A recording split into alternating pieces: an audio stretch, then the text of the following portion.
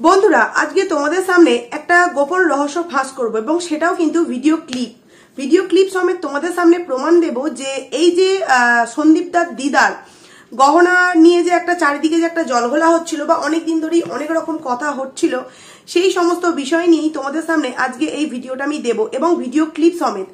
এছাড়াও এমন একজন স্পেশাল দিদিভাই আছে যিনি কিনা নিজেকে অনেক বড় ওয়াইটির ব্লগার হিসেবে মনে করেন, কিন্তু আমার কাছে কথা হলো যে সে ওয়াইটির বড় ব্লগার তো খুব ভালো কথা এবং তার চাল চলন হাবভাব সমস্ত কিছুতেই বোঝা যায়, কিন্তু তিনি এত একজন ব্লগার বড় হয়ে এই ধরনের কথা কি করে আমাদের সামনে লুকিয়ে গেল।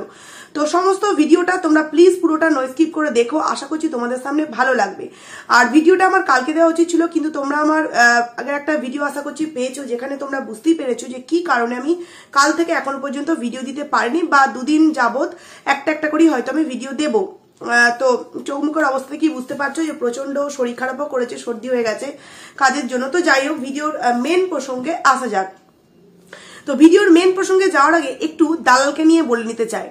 পরশুদিন রাত্রির বেলা একটা কমিউনিটি পোস্ট দেওয়া হয়েছিল, সেই কমিউনিটি পোস্টটা কিছুক্ষণের মধ্যেই কিন্তু ডিলিট করে দেওয়া হয়, 29 সেকেন্ডের মধ্যে ডিলিট করে দেওয়া হয়।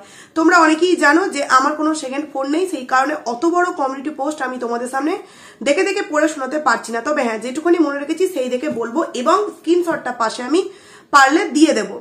সেখানে সেই দালাল একটা কমিউনিটি পোস্ট দেয় এবং সেই কমিউনিটি পোস্টটা আমার প্রথম প্রশ্ন হলো যে 29 সেকেন্ডের মধ্যে কেন ডিলিট করা হলো। তো আমি দালালকে এই প্রশ্নটা করতে চাইছি এবং দালালের কিছু 5-8টা ভিউয়ার্স আছে তাদেরকেও আমি এই প্রশ্নটা করতে চাইছি, যেখানে কিনা দীপ দাদাভাই বলো আর সোমনাথ দাদাভাই বলো, যদি কোনো কমিউনিটি পোস্ট দিয়ে সেটা তাদের মনে হয় যে না এই জায়গাটা আমি আমার বলাটা উচিত হয়নি বা কিছু, সেই কারণে যদি ডিলিট করে দেয়, সেখানেই এই দালাল সেটা নিয়ে ভিডিও করতে বসে যায়। যেমন তোমাদের হয়তো মনে আছে যে কৃষাণুকে দিয়ে রান্নার একটা শুট করা হয়েছিল দীপ দাদাভাইয়ের তরফ থেকে, সেখানে সেই ভিডিওটাতে নাকি ওই রান্না দেখানোর জন্য নাকি কোনো একটা প্রবলেম হয়, সেই কারণে নাকি সেই ভিডিওটাকে মানে কিছুক্ষণের জন্য প্রাইভেট করে তারপরে আমাদের সামনে নতুন করে রিফ্রেশ করে আবার আপলোড করা হয়। তো তাতে যদি দালালের প্রবলেম থাকতে পারে, তা সেখানে যদি দালাল বলতে পারে, প্রশ্ন করতে পারে দীপ দাদাভাই এবং সোমনাথ দাদাভাইয়ের দিকে কোনো বিষয় যদি ডিলিট করে দেওয়া হয়ে থাকে কমিউনিটি পোস্ট, তাহলে এই দালাল এত বড় একজন ব্লগার নিজেকে মনে করে, মানে কন্ট্রোভার্সি ক্রিয়েটার, তাহলে সে এই ধরনের ভুলগুলো কি করে করতে পারে বন্ধুরা। এবং একটা কথা ভাবো তো, একটা মানুষ কি সবার কাছে এতটা খারাপ হতে পারে? প্রতিটা মানুষের কাছ থেকে কিন্তু লাথি ঝাঁটা গাল মন্দ ছাড়া এই দালাল আর কিছুই পায় না। কারণ কি, প্রত্যেকেই যখন নিজস্ব একটা জগতে থাকে, সেই জগতে তাকে সাথ দেয় এবং সেই জগৎটা হচ্ছে পরকিয়া। কারণ কি, এই দালালও পরকিয়া করেছে এবং সেটা ম্যান্ডি ভুল করে মন্দিরা ভুল করে 10 বছর বলে ফেলেছিল 5 বছর। এবার তোমরা সেখানে একটা কথা ভাবো যে এই পরকিয়া যে স্যার দিচ্ছে, তাহলে সে কিভাবে এই জিনিসটাকে লোকের সামনে যে না পরকিয়া জিনিসটা ভুল এটা প্রচার করবে। সেই কারণে পরকিয়া জিনিসটা ঠিক, সেই জিনিসটা প্রচার করবার জন্য কিন্তু দিনের পর দিন পরকিয়াকারী মেয়েদের সাথে কিন্তু ভিডিও করে এসছে, মানে তাদেরকে তার ভিডিওতে বাহবা দিয়ে এসছে এবং তাদেরকে নিয়ে পজিটিভ ভিডিও দিনের পর দিন করেছে, যেরকমটা রিনা, যেরকমটা মন্দিরা। কিন্তু আজ যেমন মন্দিরা রিয়েলাইজ করেছে যে না আমি যে জিনিসটা করেছিলাম সেটা ভুল এবং সেখান থেকে হয়তো আমার এখন বেরিয়ে আসা উচিত, সেই মুহূর্তে তাকে কিন্তু বেরোতে দেওয়া হচ্ছে না। ওয়াইটির প্রত্যেকে কিন্তু মন্দিরাকে বুঝিয়ে বা মন্দিরার এই ফিরে আসাকে বুঝে ভিডিও করছে, কিন্তু এই দালাল একমাত্র ওয়াইটিতে আছে যে কিনা মন্দিরার আগের ওই কেচ্ছা কাহিনী নিয়ে এখনো পর্যন্ত কিন্তু পড়ে আছে। তো ও যে কমিউনিটি পোস্টটা দিয়েছিল, সেই কমিউনিটি পোস্টটা তো অবভিয়াসলি সেই সঙ্গে সঙ্গে স্ক্রিনশট আমি নিয়েছিলাম, তবু লিখে যেহেতু রাখিনি, ওই স্ক্রিনশটের মধ্যে এরকমই কিছু কথা দেওয়া ছিল যে তার কমিউনিটিতে মানে মন্দিরার কমিউনিটিতে ওয়াইটির একটা নোংরা জঘন্যতম একটা মানুষকে নাকি স্থান দেওয়া হয়েছে। তো আমার মনে হয় সে তো নোংরা। এই যে দালাল নিজেকে মানে ভদ্র বলছে, অপর কাউকে নোংরা বলা মানে নিজে আমি ভদ্র। তো ও যদি এত ভদ্র হয়ে থাকে, তাহলে ওর কমিউনিটি পোস্টে রেন ড্যাশ তারপরে মন্দিরাকে আরো নানান রকম ভাবে সমাজ বহিষ্কৃত নাকি সেই ছেলেটা, এই যে কথাগুলো সে কি করে বলতে পারলো? সে যদি এত শিক্ষিত, এত ভদ্র, এত নম্র হয়ে থাকে। এবং পরবর্তী সময় গিয়ে আরো একটা কমিউনিটি পোস্ট দেওয়া হয়, যেটা কিনা তোমরা এখনো পর্যন্ত দেখতে পারবে। আর এই নিয়ে আশা করছি অনেক ভিডিও নেমে গেছে, আমি ফোন মানে ওয়াইটি সেইভাবে দেখে উঠতে পারিনি যে কে এই নিয়ে ভিডিও নামিয়েছে। তো যাই হোক, আমার যেটা বলার ছিল আমি সেটাই তোমাদের সামনে বলছি যে সেই কমিউনিটি পোস্টের মধ্যে কিন্তু এই সমাজ বহিষ্কৃত এই কথাটা কিন্তু উল্লেখ নেই। কারণ কি, ও বুঝতে পেরেছিল যে এই কথাটা কিন্তু তার বলা উচিত হয়নি। তো এই যে সমাজ বহিষ্কৃত ছেলে, তুই যে বলছিস তোর নামে যে সমস্ত ব্লেম দিচ্ছে মন্দিরাদি, সোমনাথ দাদাভাই, তার কোনো প্রমাণ নেই, বা ওই যে ওয়াইটির দাদাভাই, তো তুই যে সমাজ বহিষ্কৃত একটা কথা বললি, তার কি প্রমাণ তুই দেখাতে পারবি যে ওই ওয়াইটির যে দাদাটা আছে সে সমাজ থেকে বহিষ্কৃত এবং কি কারণে বহিষ্কৃত, সেটার প্রমাণ কি তুই দিতে পারবি? তোর কাছেও তো কোন রকম কোনো প্রমাণ নেই, তাই তো। এরপর আসছি আরো একটা কথায়, সেটা হচ্ছে মন্দিরার মিট আপ সংক্রামিত বিষয় নিয়ে, যে মন্দিরা নাকি মিট আপ করেছে জিনিসপত্র পাওয়ার লোভে, হ্যান ত্যান অনেক কিছু। তো আমার কাছে প্রশ্ন, আর একটা কথা, যে মন্দিরাকে বলা হচ্ছে যে তুই যে মিট আপে গেছলি, এই যে এত লোকের ভিড়, এত যে লোক তোকে ভালোবাসে, সেটা তখনই প্রমাণ হতো যদি তুই ক্যামেরা শুধু তোর ওপেন রাখতিস, অন্যান্য যারা দেখা করতে গেছে তাদের ক্যামেরাটা বন্ধ রাখতিস। তো এখানে একটা নর্মাল বিষয় বন্ধুরা, আমরা যারা ছোট ছোট ব্লগারই আছি বলো, কন্ট্রোভার্সি ক্রিয়েটারই বলো, আমরা যারা বড় ব্লগারের সাথে দেখা করতে যাই, কোথাও না কোথাও ভালোবাসা তো অবভিয়াসলি থাকে, তার সাথে সাথে কিন্তু নিজস্ব আইডি দাঁড় করাবারও কিন্তু একটা কোথাও না কোথাও সুপ্ত একটা বাসনা থাকে। সেই জন্য যে একটা বড় ফেসকে আমার ক্যামেরায় যদি আমি 1 সেকেন্ডের জন্য দেখাতে পারি, সেখান থেকে আমি কিছু ভিউ বা কিছু সাবস্ক্রাইবার গেইন করতে পারি, এটা তো আমরা প্রত্যেকেই জানি। সেখানে এই দালালে তো 14 তারিখে মিট আপ, এবং 14 তারিখে কি স্পেশাল তার জন্মদিন, সেখানে সে ডাইরেক্টলি না ইনডাইরেক্টলি ভিউয়ার্সদেরকে জানাচ্ছে যে তোমরা 14 তারিখ মনে আছে তো দেখা করব, মানে কি তোমরা আমার জন্মদিনে এমনিই তো গিফট পাঠাতে, তো ওখানে আমার দেখা হলে আরো অনেক সংখ্যায় আমার কাছে গিফট আসবে। তো এই দালাল, তোকে আমি বলছি, তুই বলবি তো যে তুই যখন মিট আপে দেখা করতে যাবি তখন তোর ক্যামেরাটা ওপেন থাকবে, আর আদার্স যে সমস্ত ভিউয়ার্সরা তোর সাথে দেখা করতে যাবে তাদের ক্যামেরাগুলো যেন বন্ধ থাকে, তবেই বুঝবো যে তুই যাকে নোংরা বলছিস তার আর তোর মধ্যে কতটা পার্থক্য, সেই নোংরামি করেছে, সেই নোংরামি থেকে ফিরে এসছে এবং ক্ষমা চেয়ে নিয়েছে। কিন্তু তুই একের পর এক যে নোংরামি করেছিস, MSL থেকে শুরু করে সন্দীপদার ক্ষেত্রে, সোমনাথদার ক্ষেত্রে যে নোংরামিগুলো করেছিস, একটারও কি কোনো সময় তুই ক্ষমা চেয়েছিস? মানে তুই হচ্ছিস সর্বের সর্বা, তুই যা বলিস সমস্তটা সত্য, আর আদার্স যে সমস্ত মানুষেরা যা কিছু বলে সমস্ত কিছু মিথ্যা, এটাই তো এই দালাল প্রমাণ করতে চাইছে। কই এই যে প্রিয়ার ছেলের যে অসুস্থ একটা ব্যাপার নিয়ে ভিডিও সবাই তাকে করতে বলেছিল, কই দালালের তরফ থেকে তো একটা ভিডিও হলো না, কেন সেই বাচ্চা শিশুটার পাশে গিয়ে দাঁড়ানো হলো না? সন্দীপের বাচ্চা নিয়ে দিন রাত পড়েছিল যে তার ওই ভালো, তার স্কুল সকালে যাওয়া হচ্ছে, গাড়ির কেন ব্যবস্থা করা হচ্ছে না, সারাদিন কেন ফোন দিয়ে রাখা হচ্ছে? তাহলে ওই বাচ্চাটা যখন এতটা শরীর অসুস্থ, তাকে নিয়ে কোনো রকম কোনো কিছু পজিটিভ কথাবার্তা তার ভিডিওর মধ্যে আমরা দেখতে পেলাম না বন্ধুরা। তার মানে বুঝতে পারছো এই স্বার্থ ছাড়া কিন্তু এক পাও কিন্তু হাঁটে না। তো যাই হোক, এটা তো একটা কথা বললাম। এবার তোমাদেরকে আমি প্রথমে যে কথাটা বললাম যে সন্দীপদার দিদার যে একটা গহনা নিয়ে একটা বিশাল ওয়াইটিতে জলঘোলা চলছিল, সেইটা নিয়ে তোমাদের সামনে উইথ ভিডিও ক্লিপ কিন্তু প্রমাণটা দেব যে অ্যাকচুয়ালি বিষয়টা কি, আর সন্দীপদা যে কতটা সত্য এবং কতটা মিথ্যা বলে, এবং সে যে সত্যিই সহজ এবং সাদাসিধে একজন মানুষ, সেটারই প্রমাণ কিন্তু আজকের এই ভিডিওতে আমি দেব তোমাদের সামনে।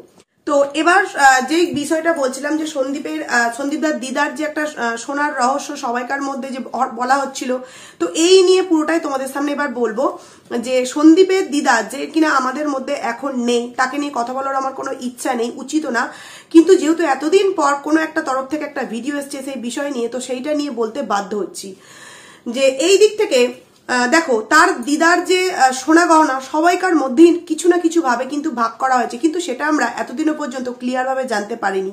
সেটা তার দিদার কোনো একটা, যখন দিদা গত হয়, তার মেয়ে নাতি নাতনিদের মধ্যে কোনো একটা মেয়ে নাতি নাতনিদের মধ্যে কিন্তু ভাগ করে দেয়, এবং শুধু নাতি নাতনি নয়, নাতিদের মধ্যে নাত বইকেও কিন্তু দেওয়া হয়। তো আমি কথাটা পরে বলছি, তোমরা আগে ভিডিও ক্লিপটা দেখে নাও, কারণ কি ভিডিও ক্লিপটা না দেখলে তোমরা কিছুই বুঝতে পারবে না।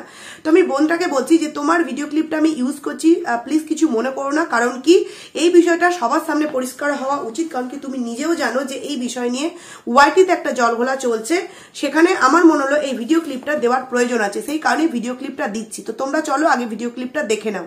প্রচুর মানে খারাপ কমেন্ট আসছে, নেগেটিভ কমেন্ট আসছে, পজিটিভ কমেন্ট আসছে। নেগেটিভ কমেন্টটাই বেশি আসছে।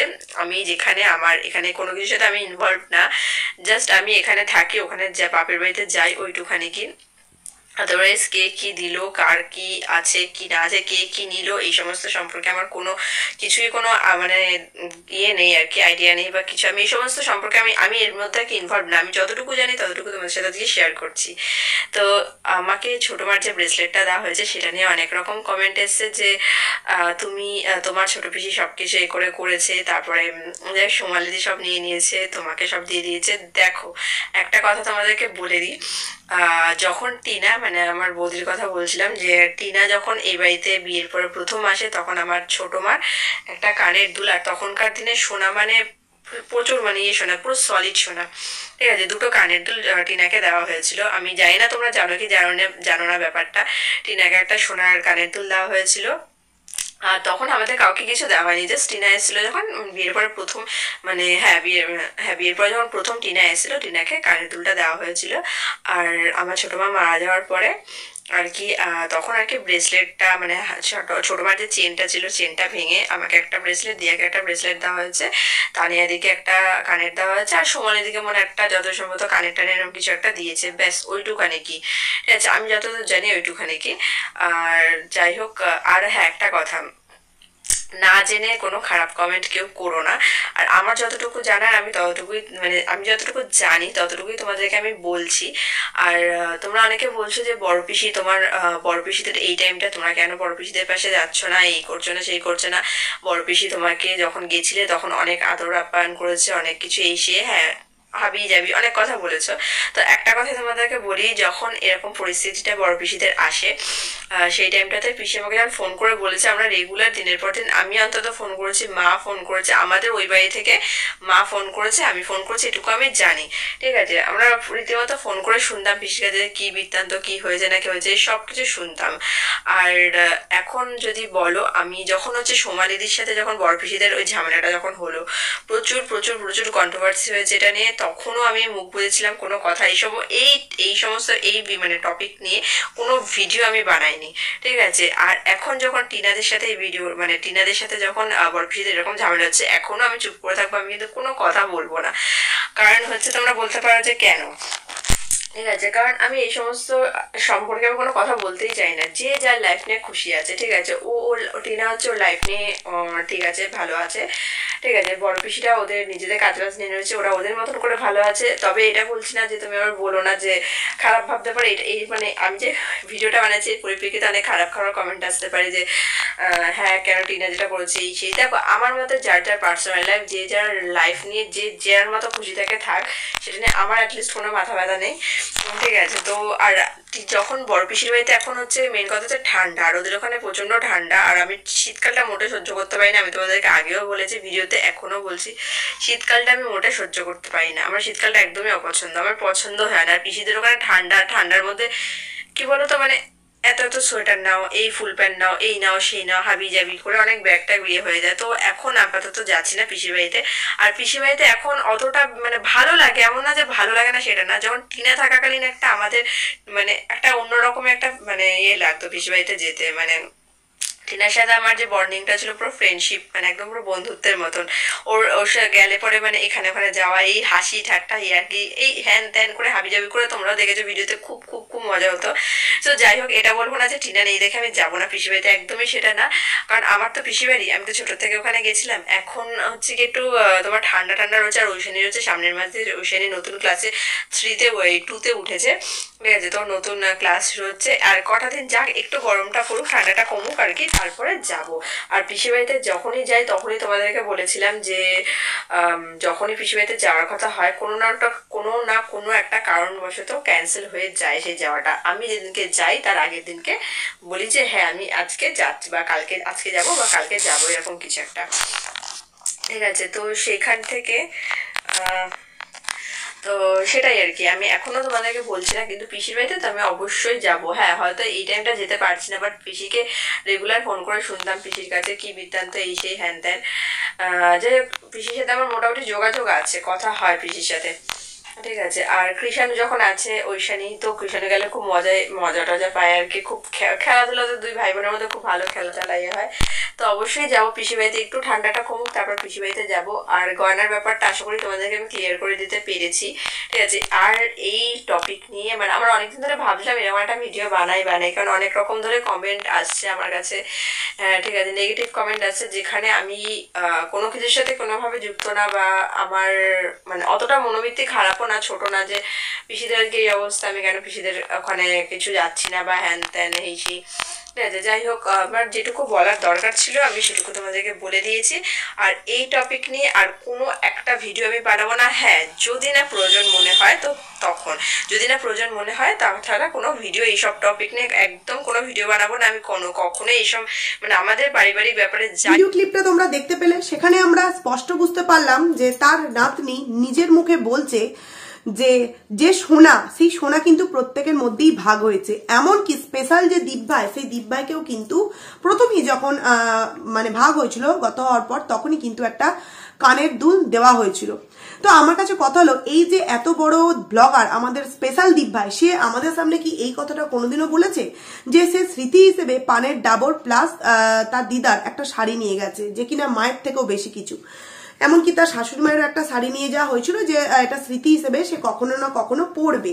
তো সেখানে সেই যে তার দিদার তরফ থেকে একটা কানের মানে স্মৃতি হিসেবেই রেখেছে যদি বলি আমরা, তাহলে সেটা আমাদের সামনে কেন লোকানো হলো? এত কিছু তো বলা হলো, তাহলে এই বিষয়টা কেন লোকানো হলো? বন্ধুরা, আমরা কি বড় ব্লগারদের কাছ থেকে এটা আশা করতে পারি যে তারা লোকালে কোনো প্রবলেম নেই, কিন্তু আমরা সত্যটা বলে দিলি আমাদেরকে স্ট্রাইক দেওয়া হবে, হুমকি চুমকি অনেক কিছু দেওয়া হবে? এই হচ্ছে বড় ব্লগারদের আসল মনের পরিচয়। এরপর যে বিষয়টা মানে দেখলে তোমরা, যে তার নাতনি কিন্তু নিজেই বলছে যে একটা যে মানে গলার চেন ছিল সেটা কেটে কিন্তু দুটো ব্রেসলেট তৈরি হয়, যেটা দিয়া আর রিয়াকে দেওয়া হয়, এবং তানিয়া নামের মেয়েটাকে কিন্তু, মানে ওই বোনটাকে, পিস্তুত বোন হবে হয়তো, তাকে কিন্তু কানের দুল দেওয়া হয়। এবং সব থেকে গুরুত্বপূর্ণ বিষয় যে রিনা যখন বিয়ে হয়ে সন্দীপ দাদের মানে সন্দীপ দা রিনা তাদের ফ্যামিলি পুরো যখন মামার বাড়িতে গেছিল, তখন কিন্তু তার মুখ দেখেই বলো আর এমনিই বলো ওই কানের দুলটা কিন্তু দেওয়া হয়েছিল। কিন্তু প্রশ্ন হলো, এই কথাটা আমরা কিন্তু সন্দীপ দার মুখ থেকে দেখতে পাইনি, বা সন্দীপদার ভিডিওতেও আছে বলে আমার মনে হয় না, থাকলে এই কথাটা নিয়ে এত জলঘোলা হতো না। সেই জায়গায় এই কথাটা দীপদাদ ভাই বলেনি, কিন্তু দেখো সব সময়ের জন্য দীপদাদ ভাইয়ের দিকে একটা ব্লেমটা দেওয়া হয়। তাহলে ফাঁকে পড়লো কে? রিনা তো তার ভাগের অংশ পেয়ে গেল। রিনা শ্বশুরের দেওয়া চেন বলো, শাখা বাঁধানো বলো, দিদিমা শাশুড়ির দেওয়া কানের সমস্ত কিছু তো নিজের কাছে রেখে দিয়েছে। তাহলে মাল রিকভারির দিন তার জিনিস পায় টো পায় যেমন নেওয়া হলো, তাহলে এই জিনিসগুলো পায় টো পায় হিসাব করে আমাদের সামনে জানিয়ে কেন দেওয়া হলো না যে এই জিনিসগুলো আমার শ্বশুরবাড়ির তরফের ছিল? যেহেতু আমার শ্বশুরবাড়ির সাথে আমার সমস্ত সম্পর্ক মানে একদম বিচ্ছিন্ন হয়ে গেল, তো এই জিনিসগুলোর উপর আমার আর কোনো অধিকার নেই, আমি এগুলো তাদেরকে ফেরত দিচ্ছি। যারা বলো না রিনার ফ্যামিলি নাকি খুব ভদ্র ফ্যামিলি এবং খুব উচ্চ শিক্ষা তাদের মধ্যে আছে, তো এই ধরনের শিক্ষা, নিজের জিনিসগুলো আমি ফেরত নিয়ে চলে গেছিলাম, অথচ অপরের জিনিস যাদের সাথে আমার কোনো সম্পর্ক রইল না তাদের জিনিসগুলো আমি কিভাবে নিজের কাছে রেখে দেবো? তার মানে ভাবো, এইখান থেকে আমি কেন বললাম সহজ সরল সাদাসিধে দীপদাদা ভাই নিজের যে প্রাপ্য সেটা তো বলতেই পারতো যে না নাত বউকে কেন দেওয়া হবে, আমাকে দেওয়া হোক না। সেখানে কি চেয়েছে না, রিনা তো আমার ওয়াইফ এবং সে পেলেই আমারই পাওয়া, সে পাওয়া মানে আমার কাছেই সেই জিনিসটা পাওয়া, মানে কতটা তার ওয়াইফকে সে ভালোবাসতো। এবং সেই ভালোবাসার মুখে লাথি মেরে কিন্তু রিনা কোথায় চলে গেছে? দাঁত ফোগলার কাছে। তার মানে বুঝতে পারছো বন্ধুরা, এই যে সোনা নিয়ে এতদিন যে এত একটা রহস্য চলছিল, যে সোনা সোনা সোনা নিয়ে এত কিছু চলছিল, এই যে কানের দুলের বিষয়টা রিনার মুখ থেকে তোমরা একটি বারের জন্য জানতে পেরেছো বন্ধুরা? জানতে পারো। তার মানে আরো অনেক এমন কিছু আছে যেগুলো সত্যি হয়তো আমরা জানি না, এইরকম ভাবে ভিডিও দিলে তবেই আমরা, তাদের ভেতরকার কেউ যদি ভিডিও দেয় তবেই কিন্তু আমরা জানতে পারবো যে সমান ভাগে কিন্তু ভাগ মানে দীপদাদা এখান থেকে বঞ্চিত, পেয়েছে কে? রিনা, এবং সে সেই জিনিসগুলো নিয়ে কেটে পড়েছে। এই যে 2-3 মাসের পেমেন্ট পেয়ে নাকি 4 চাকা গাড়ি, ল্যাপটপ, তারপর তোমার নতুন ফোন, এই সমস্ত কিছু করার প্ল্যান হচ্ছে। অ্যাকচুয়ালি কিসের দমে, কিসের পয়সায় এইগুলোর প্ল্যানিং করা হচ্ছে আশা করছি তোমরা বুঝতে পারছো। নতুন করে তোমাদেরকে আর বোঝাবার কিচ্ছু নেই বন্ধুরা। তো অনেকটা ভিডিও ক্লিপ তোমাদের সামনে দিলাম। আমি বারবারই বলছি, বোনটা তুমি যদি আমার ভিডিও দেখে থাকো প্লিজ কিছু মনে করো না, কারণ এই ভিডিও ক্লিপটা দেওয়া খুবই প্রয়োজন ছিল। কারণ অনেকেই হয়তো তোমার আইডি চেনে না, তাই আমাদের মানে তোমার প্রয়োজনের থেকেও আমাদের প্রয়োজন যে এই কথাটা সবাইকার সামনে পৌঁছে দেওয়া। নাহলে দীপদাদা ভাইয়ের দিকে একের পর এক তো ব্লেম আসছে, তো এই ব্লেমটা যাতে তার দিকে না আসতে পারে তার জন্যই কিন্তু আমি এই ভিডিও ক্লিপটা ইউজ করলাম। আর দালাল তোকে বলছি, পরের পেছনে না লেগে আগে নিজে একবার ভাব যে আমি যদি সত্যিই ভালো হবো তাহলে প্রত্যেকটা মানুষের কাছে কি করে খারাপ হয়ে যাচ্ছি। প্রথমে তাদের কাছে ভালো হচ্ছে এবং পরবর্তী সময় গিয়ে আমার আসল রূপ যাই সবাই জানতে পেরে যাচ্ছে, তারপরেই কিন্তু সবাই আমাকে লাঠিঝাঁটাটাই মারছে এবং কেন মারছে। তো যাই হোক, চলো বন্ধুরা, ভিডিওটাকে আমি এখানেই এন্ড করছি। চেষ্টা করবো একটা ভিডিও নিয়ে আসার, কিন্তু জানি না ভিডিও দিতে পারবো কিনা, কারণ বুঝতেই পারছো কাল বাদ দিয়ে পরশু বাড়িতে অনুষ্ঠান, সেখানে অনেক কিছু আয়োজন করতে হচ্ছে। তো যাই হোক, চলো ভিডিওটাকে আমি এখানেই এন্ড করছি।